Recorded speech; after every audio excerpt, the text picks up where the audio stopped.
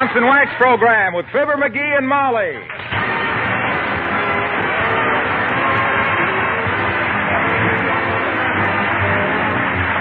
The makers of Johnson's Wax and Johnson's Self-Polishing Glow Coat present Fibber, McGee, and Molly, written by Don Quinn, with music by the King's Men and Billy Mills Orchestra. The show opens with This Is the Army, Mr. Jones.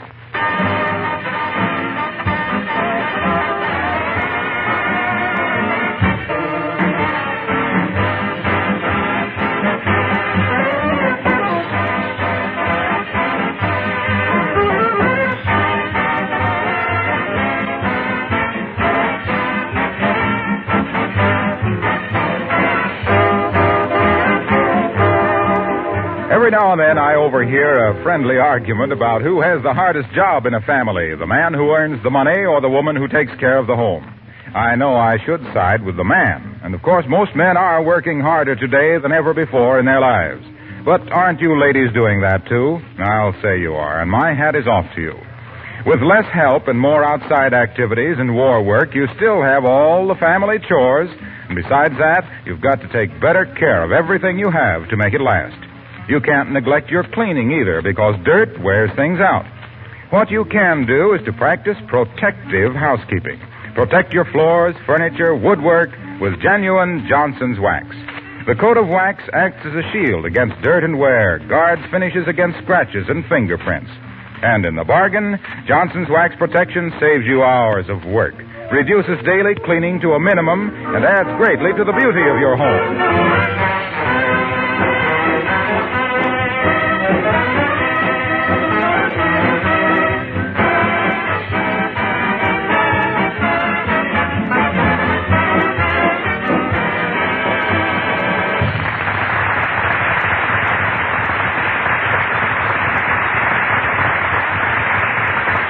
Isn't it fun to go for a walk in the new fallen snow with the icy wind bringing a tingle to your blood and whipping the roses into your cheeks? Oh, you don't think so? Well, neither do Fibber, McGee, and Molly.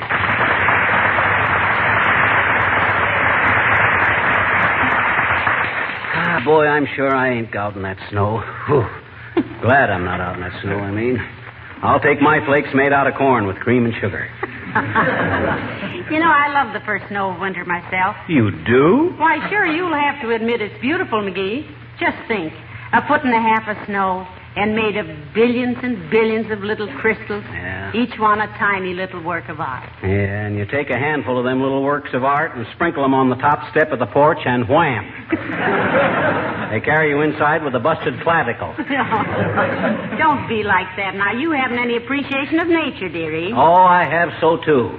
Nobody gets a bigger honk out of a beautiful sunset than I do. And why? Because right after the sunset comes supper. Well, so what?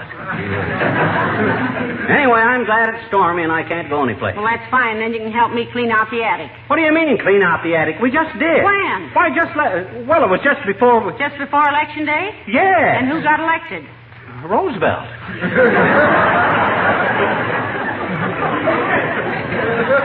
Which one? Teddy, but my gosh, the attic can't... Listen, McGee, we've got to do it. Molly, I ain't going to have time Besides, I think I saw your old Army uniform up there. I don't care. That attic has gone this long, and it... You saw what? I think I saw your old Army uniform. The one you've been looking for all these years? Well, why didn't you say so? Did it have my sharpshooter's medal on it? I didn't notice. Were you a sharpshooter? Was I a sharpshooter? You know what I used to do? What? I used to hold my rifle over my left shoulder with a looking glass in my left hand and knock a cigarette out of a soldier's mouth at 200 yards. Heavenly days. Yeah. Who on earth would volunteer to let you do that? Oh, an old buddy of mine. One-ear Coggins. He was always... You mean the poor lad that only had one ear? How'd he lose the other one? Well, if you must know, even a sharpshooter like me has his off days. Come on, let's go up in the attic. Wait a minute now. You better put on some old clothes. It's pretty dusty up there. My old clothes don't fit me anymore. I tried on those old green pants of mine this morning, and I split the whole seat out of them. McGee, you didn't have any green pants. Huh? Those were my new slacks. They were? Yes, and they cost me $7.95 too. Oh, McGee. Oh, well, okay. I'm sorry. But that's what women get for wearing trousers. There was a time when a man knew what was his and what was his wife's. Now, if he dresses in the dark, he's lucky if he don't get whistled at by the guys in front of the cigar shop. Just the same, dearie. I'm in favor. It used to be in your sweet little Alice blue gown, and now it's in your baggy old Harris tweed slacks. My slacks are not baggy, McGee. Now, maybe yours aren't, but did you ever see Mrs. Uppington in hers? She looks like she was walking around sitting down. Now, let's go up in the attic and get it cleaned up. Oh, for goodness sakes, I wonder who's out on a day like this. Must be some friend of ours. I don't know any strangers that silly. Come in. Hi, mister. Oh, hello there, little girl. Oh, hello there, dear. McGee, now, if you'll excuse me, I'm going up in the attic. You come up as soon as you can. I'll be right up, Molly. Just as soon as I get rid of... I'll be right up. What's on your mind, sis? Hey, there's a dandy lot of snow out now, mister, and I thought maybe you'd want to pull me on my sled. Will you? No. No, I won't. You couldn't get me out of the house today with dynamite. You mean you won't pull me on my sled? No. Don't you like little children? Yes, I do, but I'm very fond of my health, too. Oh. The only time I want to play on the ice now is when my upper lip coasts down a cold cube in a tall glass of root beer. You catch on? According to my daddy, you're going to play outdoors a lot this winter, I bet you. And stop quoting your old man at me, too. He was born dumb, and he's been losing ground ever since. You can't talk that way about my daddy. He's a nice man. Well, you're the one who brought him up, and he's the one who brought you up, and two wrongs don't make a right. Anyway, how does he know how much I'm going to play outside? I don't know, but after he heard your last couple of programs, he said, boy, that mug is going to have some hard sledding this winter.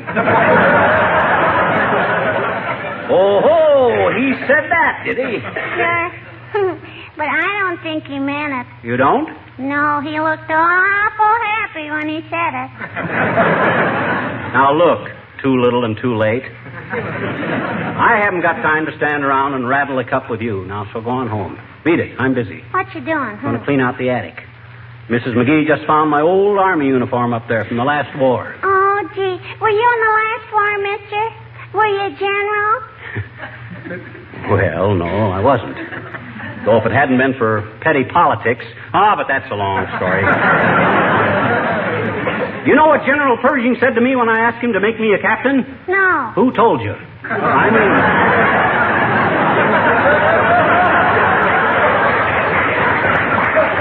Now, look, sis, you drop in some other time, and I'll show you my sharpshooter's medal. All righty.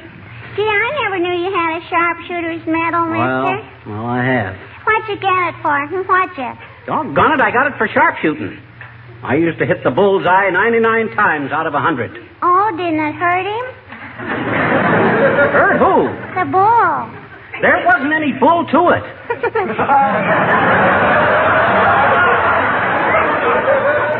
Oh, no? 99 times out of 100? Oh, no. So long, mister.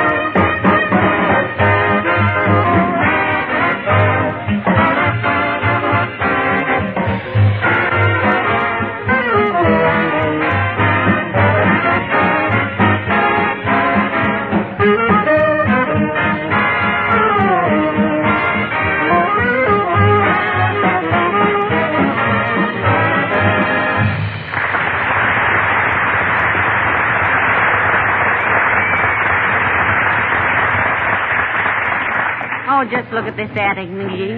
Did you ever see so much junk? What do you mean, junk? There's a lot of valuable stuff in this junk. Hey, where'd you see my old uniform? Isn't that right there behind you? Huh? Isn't that it there? Well, I'll be it. It sure is. Oh, look. Here's where I tore the knee climbing into a truck outside of St. Nazaire. Oh. Yes, sir. Here's where a bayonet went through the shoulder. Heavenly days, McGee. In a hand-to-hand fight? No, on a dark road. I stumbled and fell on my Springfield. And here's my sharpshooter's medal. Did I ever tell McGee, you? Huh?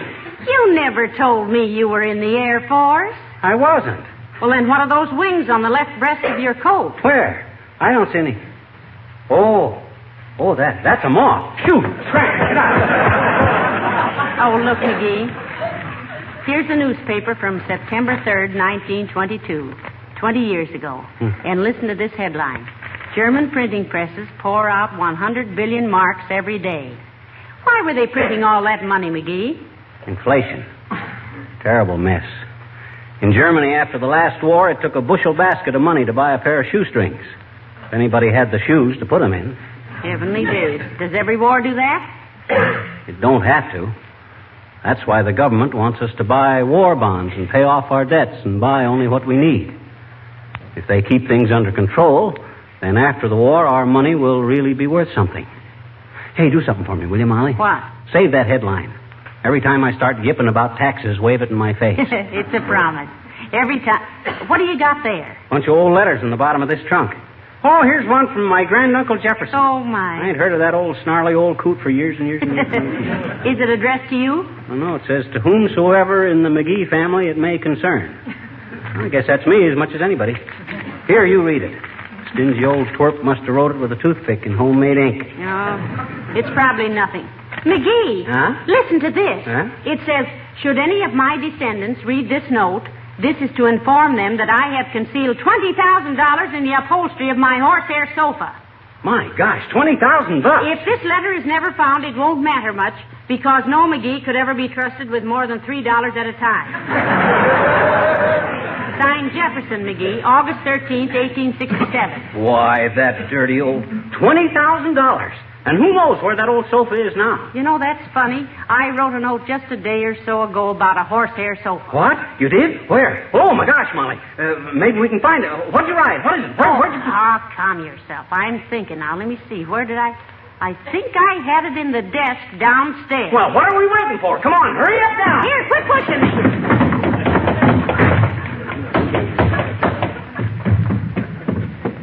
You go through that desk with a fine-tooth comb, Molly. If we can only trace that horsehair sofa, we'll be rich. I look for it, McGee, but I'm not sure what it said about a sofa, and maybe it wasn't even the same sofa. Oh, you think the McGees ever had two horsehair sofas? No, sir. We were strictly a one-horse family. Come on, Molly, get busy. Stop nudging me. I'm looking here. Now, let me see. Oh, dadrat. Come in. Oh, hello, Mr. Mayor. Oh, good day, Mrs. McGee. Hello, McGee. You look excited. I am excited, LaTrivia. I'm an heiress. I just come into $20,000 from my granduncle Jefferson. No, you haven't, McGee. Huh? First, I have to find that note I wrote, and then we have to locate the sofa, if it's the same one, and then we have to see if the money is still in it. Good heavens, what is this all about? Why did he leave the money in a sofa? Because he knew a McGee would spend most of his life lying down, Mr. Mayor. He never knew any such a thing, LaTrivia. He wanted it to be discovered by a McGee with initiative, with brains, ingenuity, and enough interest in him to read the letters he left behind him, which I did. Which you did nothing of the kind. You refused to read it. Well, could I help it if I had tears in my eyes? Poor old granduncle Jeff. You realize, I hope, McGee, that the possession of wealth entails certain responsibilities? Yes, you've got to live up to it, McGee. I know. Now, when a panhandler asks you for a cup of coffee, don't just give him a dime. Go with him and see where he gets it and get me some. First thing I'm going to do is endow the Elks Club. Oh, my. Going to stake them to a new deck of cards. That pack they're using now are so worn the kibitzers can't read them over your shoulder anymore. They have to sit in your lap. That isn't what I was referring to, McGee. I meant that riches bring obligations to the possessor. Oh. You must set an example to those who are not so well off. Help the underdog. Oh, he loves dogs, don't you, dear? I'll say I do. I'm going to get me a nice Irish setter pup. I didn't mean real dogs, McGee. I Well, was how referring... can you help a dog if he isn't real, Mr. Mayor? I was referring to people, Mrs. McGee. Oh, so you think people are dogs, do you, LaTrivia? A fine altitude. I didn't say people were dogs. I merely said that I, as a leader of the people... Oh, now calm yourself, Mr. Mayor. We can't have the leader of the people turning purple. I am not turning people. I mean purple. I started to say that as a person, I thought... He's got the pip. I've got the pip. I have not! I was trying to say that if a person wants to be a popular, he'll probably... Excuse me if I go out on the porch. I think I have a flea.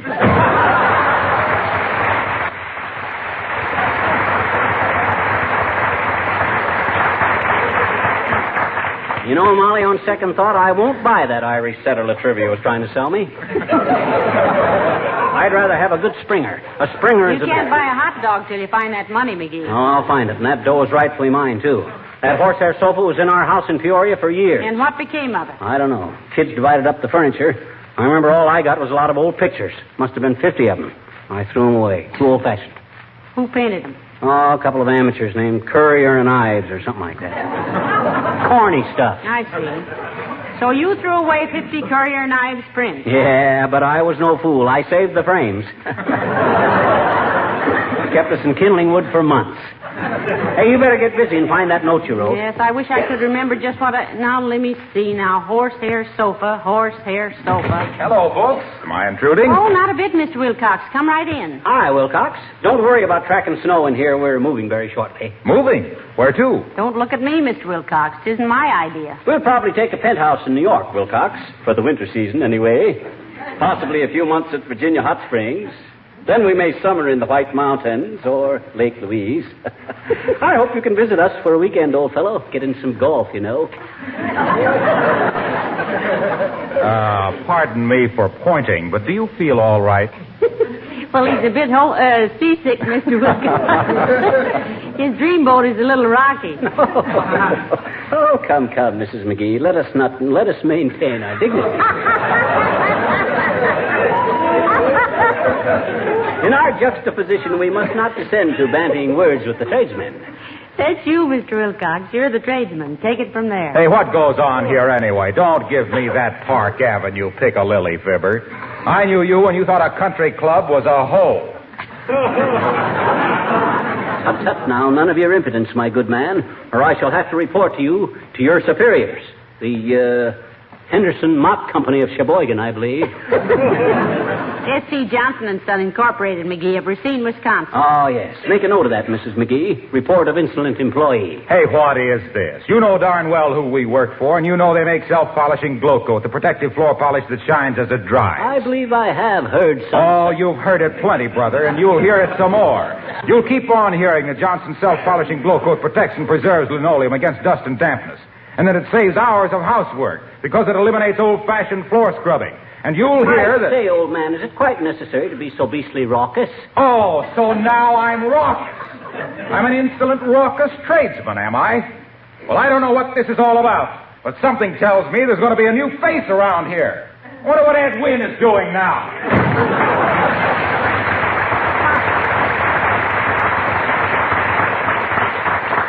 Didn't you overdo that a little, McGee? After all, you're not rich yet, you know. Ah, but I soon will be. That $20,000 is just as good as in my pocket right this minute. Look, dearie, whoever that is at the door, let's not say a thing about the $20,000. Okay, maybe the less we say about it, the better. Come in. Oh, hello, Mrs. Uppington. How do you do, Mrs. McGee and Mr. McGee? Hi, Uppy. Beautiful day, ain't it? Definitely not, Mr. McGee. It's horrible. The snow has drifted clear up to... Your clavicle, Uppy? No, that can't be right because your clavicle is your collarbone. You'll have to excuse him, Abigail. Clavicle is the only bone he knows the name of. I understand, Mrs. McGee. Anyway, I was merely going to say that the snow was way up past my spare tire. Well, keep walking in the snow and you'll lose that, Uppy. McGee. So the snow is really pretty deep, is it, Abigail? Oh, it's dreadful, my dear. but I felt that I should come over to ask you to return my snow shovel. My houseman informs me that Mr. McGee has had it since last winter. Why, sure. Tell him to come and get it any time, Uppy. Of course, he'll have to sign for it in triplicate. When I borrow things, I do it systematic. You know, you look like you enjoyed being out in this weather, Abigail. Oh, I don't really mind it, my dear. I'm a trooper, you know, and as an actress who has traveled from coast to coast. Incidentally, Uppy, did you know the Cherry Sisters? Oh, they were my dearest. No, of course not. That was much before my time. Oh. Though my father probably knew them. He was connected with the stage for many years. He was? Oh, sure he was, Molly. He drove it between here and the county seat till the railroad come through. And who, may I ask, told you that? Oh, I heard. Well, what's the matter, Abigail? Are you cold? You're shivering. No, Mrs. McGee, I am not cold. I was being shaken by the conflict between my patriotism and my impulses. What you mean, Uppy? I mean, Mr. McGee, that in spite of this being a meatless day, I was sorely tempted to give you a few chops with the handle of my umbrella. Oh, goodbye.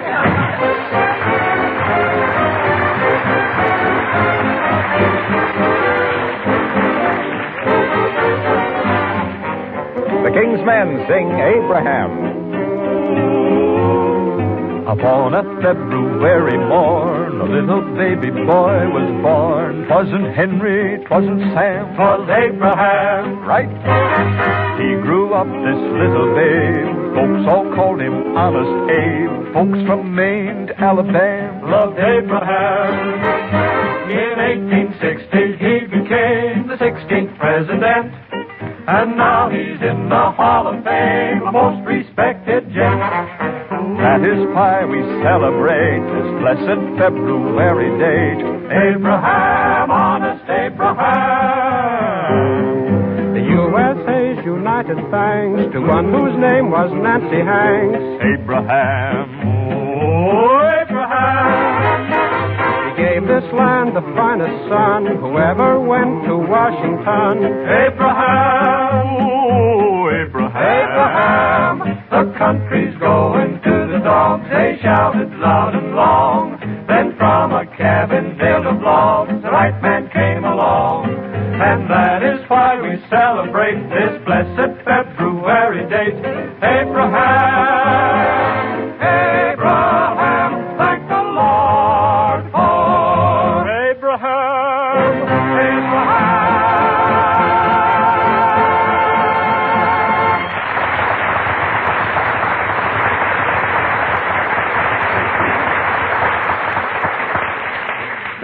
Let me see now. 20,000 divided by, with a surtax of 4% on top of a secondary bracket. That'll be 16,700 minus the accrued interest in investments plus depreciation. Oh, my gosh. Hey, Molly. Yes, McGee. You know what my income tax on that $20,000 is going to be? What? $74,672.09. I'm going to be worse off than I was before. I wish you could find that note so... Dad, come in. Hello, Mrs. McGee. Hello, Mr. McGee. Oh, hello, Mr. Wimple. Terrible weather, isn't it? Oh, I don't know, Mrs. McGee. I really don't mind the snow. I find it rather inspiring. Me too, Imp. It inspires me to stay inside with my slippers on. I think he means poetically, dearie. Don't you, Mr. Wimple? Yes, Mrs. McGee. I love to sit in the park on a snowy day and feed the squirrels and think up poems. Have you batted out any beautiful ballads of late, Wimp? I just wrote one this afternoon, Mr. McGee. I call it To My Dear Wife. How sweet. Must be wonderful to have a husband who writes poetry to you. What do you mean it must be? I used to write poetry to you. I know, dearie, but that was free verse. Oh. Did Mr. McGee write free verse, Mrs. McGee? Yes. He took it freely from Longfellow, Byron, and Burns. Well, he was a great poet, that Byron. I still think he should have been president. Oh, he couldn't have been, Mr. McGee. He was an Englishman. What are you talking about? Williams Jennings Byron was an Englishman? Go on, Wimp. Skip it, McGee. I want to hear Mr. Wimple's poem, To His Dear Wife. How does it go, Mr. Wimple? Oh, it's just a simple little thing, Mr. It goes, to my dear wife. I wish I was a little squirrely. Well, that wish is granted, Gwen. You got 2 more coming. Quiet, McGee. Go on, Mr. Wimple. I wish I was a little squirrely, frisking in the trees so early, chattering down at passer-bys and throwing twigs down in their eyes, scampering gaily here and there, leaping gracefully through the air, storing food up 3 whole seasons to last through winter and other reasons, every one of which I often brood, so when I climb down to dig up food and bring back breakfast to my wife so true, I can say, "Here, sweetheart, nuts to you."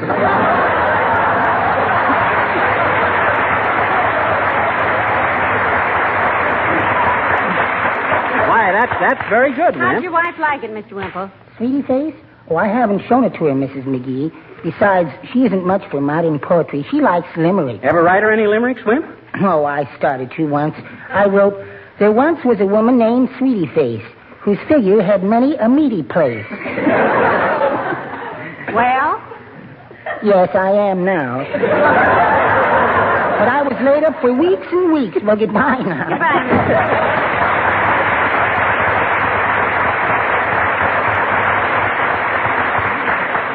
Well, McGee, I'm going to take one more look through that desk and see if I can't find that note I wrote. Well, if that fails, I'm going to wire all my relatives and see what become of that horsehair sofa. Might be a good idea. Maybe they'll... McGee, here it is. I found it. Oh, what does it say? What does it say? What does it say? Oh, shut it off. Shut it off.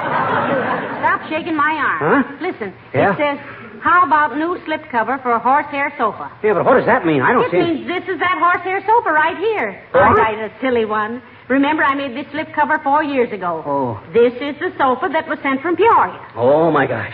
You mean I'm sitting right on top of $20,000?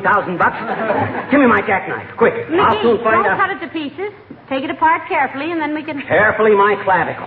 I gotta know quick. I'll fix it. Oh. I'll show old Uncle Jeffy. McGee, stop. Here it is. Look.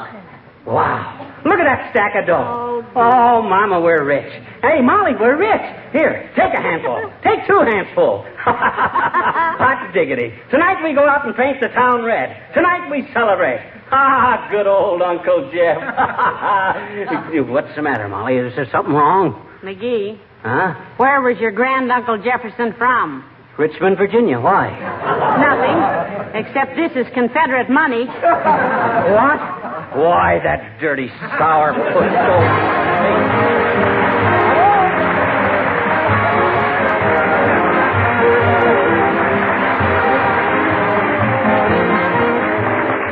Right this minute, in thousands of closets and attics across the country are leather suitcases and handbags and other luggage that all need the same thing, a coat of wax.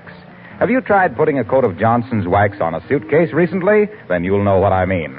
Remember how the leather seemed to take on new life and resilience as well as better appearance? Yes, the wax does protect the leather and helps to keep it from drying out.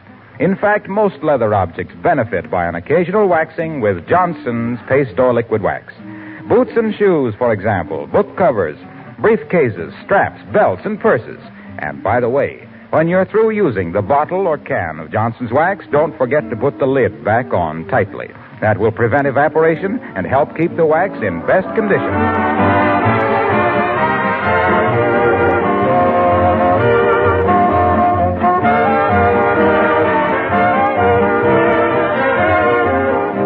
You know, Molly, I don't regret losing that $20,000. No? What could I have done with it? Buy clothes, they go out of style. Buy diamonds, they get stolen. Buy a yacht, it sinks. What good would it be? For $20,000, you can buy a wonderful steak. What kind of a steak would be worth $20,000? A steak in our country, McGee. War bonds. Oh, yes. Good night. Good night, all.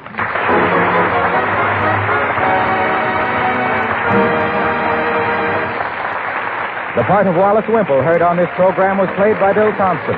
This is Marla Wilcox speaking for the makers of Johnson's Wax Finishes for the home and industry. We invite you to be with us again next Tuesday night. Good night. This program has reached you from